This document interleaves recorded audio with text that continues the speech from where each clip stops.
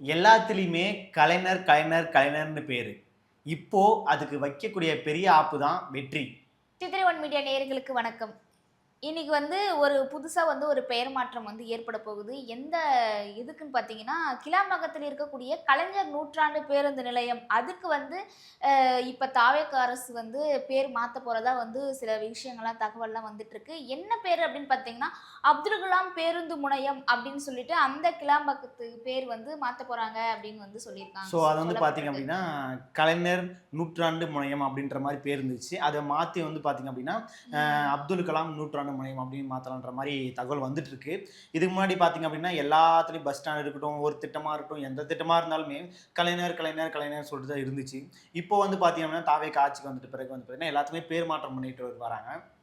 இப்போ கடைசியா நடந்த பட்ஜெட் கூட்டத்தொடர்ல கூட எல்லாத்துக்குமே திட்டங்கள் அறிவிக்கும்போது வெற்றி வெற்றின்ற மாரி மடிக்கணினி வெற்றி திட்டம். ஸோ இப்போ பார்த்தீங்கன்னா, அத தொடர்ந்து இப்ப தமிழ்நாட்டிலேயே பார்த்தீங்கன்னா, மிகப்பெரிய பஸ் ஸ்டாண்டா இருக்கக்கூடியது தான் கிளம்பாக்கம் பஸ் ஸ்டாண்டு. இப்போ ரீசென்ட்டா திமுக ஆட்சியில அத கொண்டு வந்தாங்க. அவங்க ஆட்சி கொண்டு வந்ததுனால இப்ப என்ன பண்ணாங்கன்னா, கலைஞர் நூற்றாண்டு முனையம்னு சொல்லிட்டு வச்சாங்க. இப்போ அத பேர் மாத்தி அப்துல் கலாம் வைக்கலாம் அப்படின்ற மாரிலாம் சொல்லியிருக்காங்க. ஸோ இது நீங்க சொன்னீங்க எல்லாமே ஓகே கரெக்ட் தான். ஆனா ஒரு சின்ன திருத்தம். திமுக ஆட்சியில இந்த திட்டத்த அவங்க எடுத்துட்டு வரல. மு முதல்ல இந்த திட்டத்த எடுத்துட்டு வந்தது யாருன்னு பார்த்தீங்கன்னா, அதிமுகல ஜெயலலிதா அவர்கள் தான் இந்த திட்டத்துக்கு அடிகால் நாட்டுனாங்க.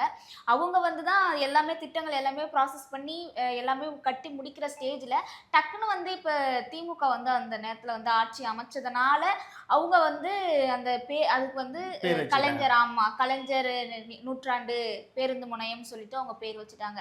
ஸோ இந்த பேருந்து நிலையம் அமைக்கிறதுக்கு முதல் அடி எடுத்து வச்சதே ஒப்பந்தம் போட்டது எல்லாமே பண்ணது அதிமுகல ஜெயலலிதா அவர்கள் தான் இது பண்ணாங்க.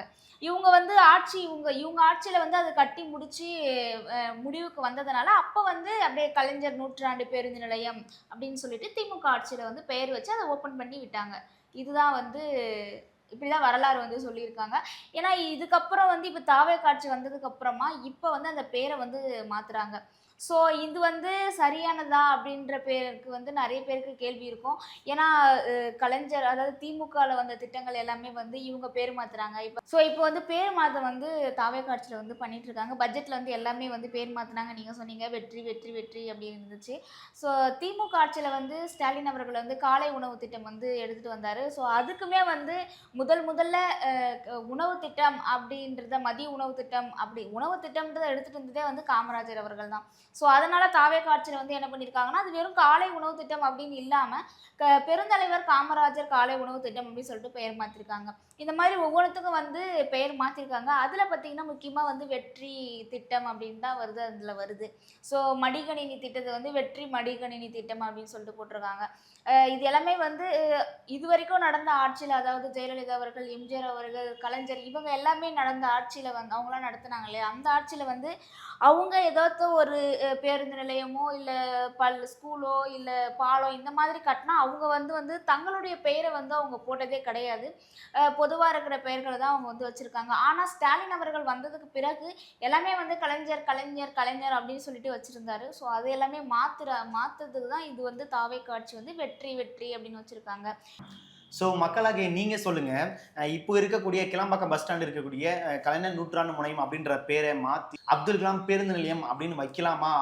இதுக்கான முயற்சி எடுத்த தாவேக்கா அரசுக்கு சப்போர்ட் பண்றீங்களா இல்லையான்னு சொல்லிட்டு மறக்காம கமெண்ட் பாக்ஸ்ல கமெண்ட் பண்ணுங்க.